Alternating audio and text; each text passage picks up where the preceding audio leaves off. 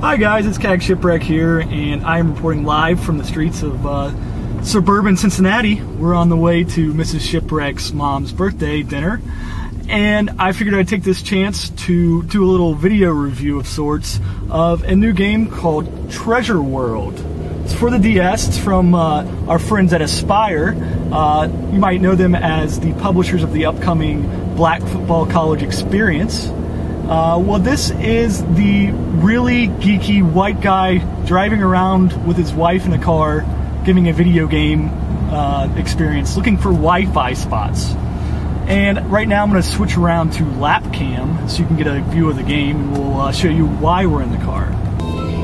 And we'll go up, and right here in the upper corner here is a little telescope icon. We'll click that, and that'll get the game started searching for Wi-Fi signals.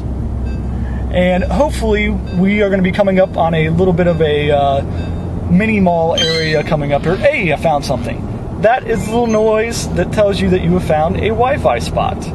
And the whole game is kind of a scavenger hunt of sorts. And that's really the majority of the gameplay. You're going to go out, you're going to drive around or walk around looking for Wi-Fi spots. And I'll just switch to the top screen here so you can get a chance to see what is going on the top screen.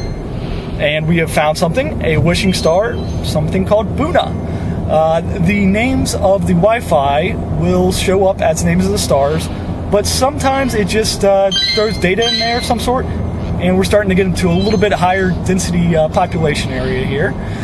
So we should be getting some more readings, but the goal of the game, at least so far what I can tell, you have to collect enough of these things so that you have 1,000 different stars so that you can power your ship that has crashed and save the world or something? I'm really not quite sure.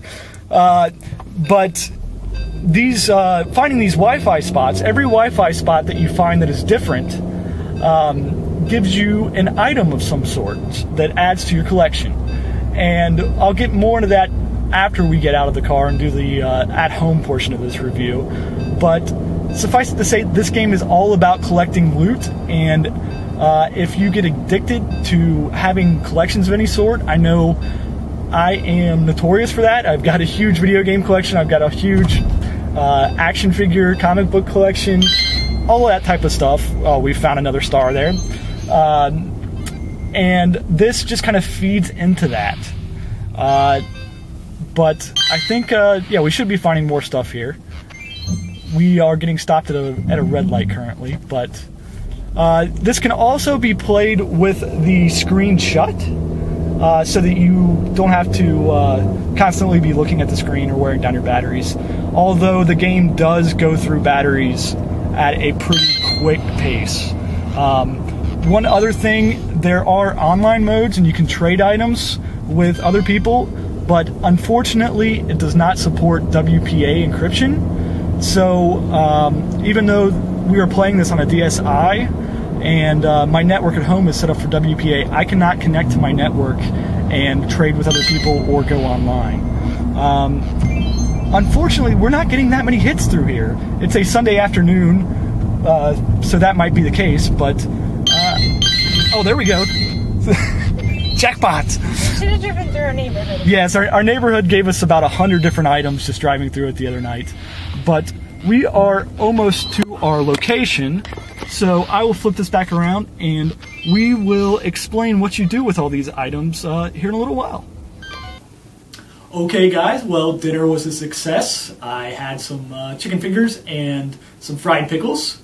So I am suitably stuffed and ready to talk some more about Treasure World.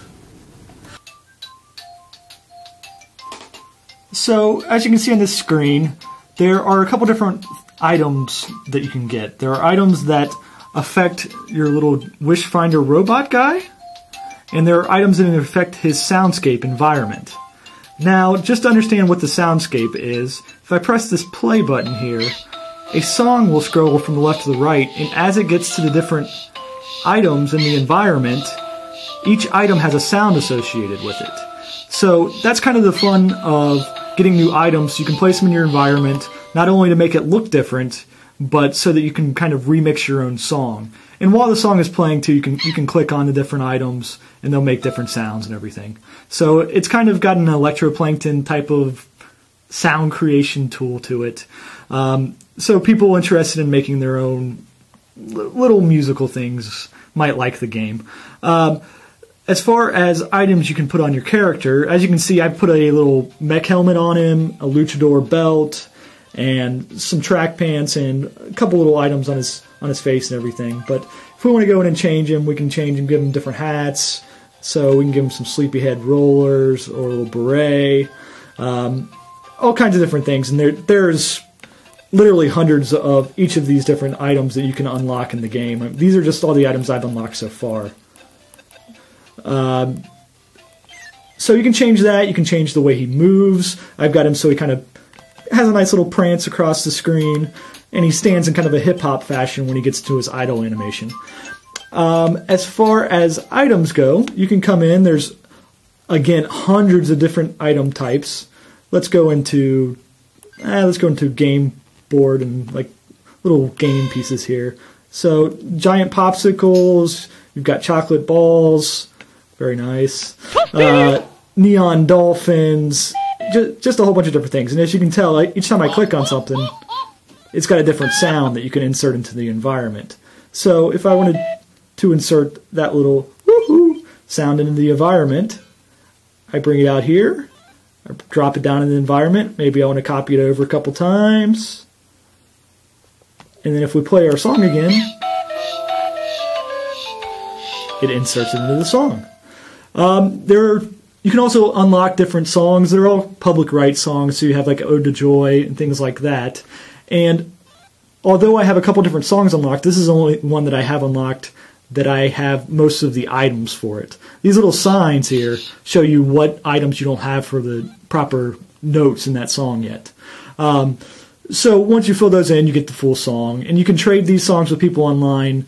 Unfortunately, like I said earlier, I can't because I'm not going to change my internet settings.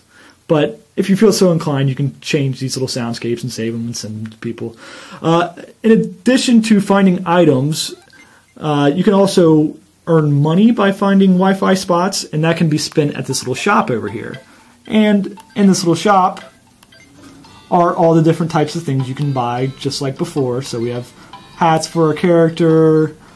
You can go through buy all these different hats. Each thing costs 20, whatever their currencies is.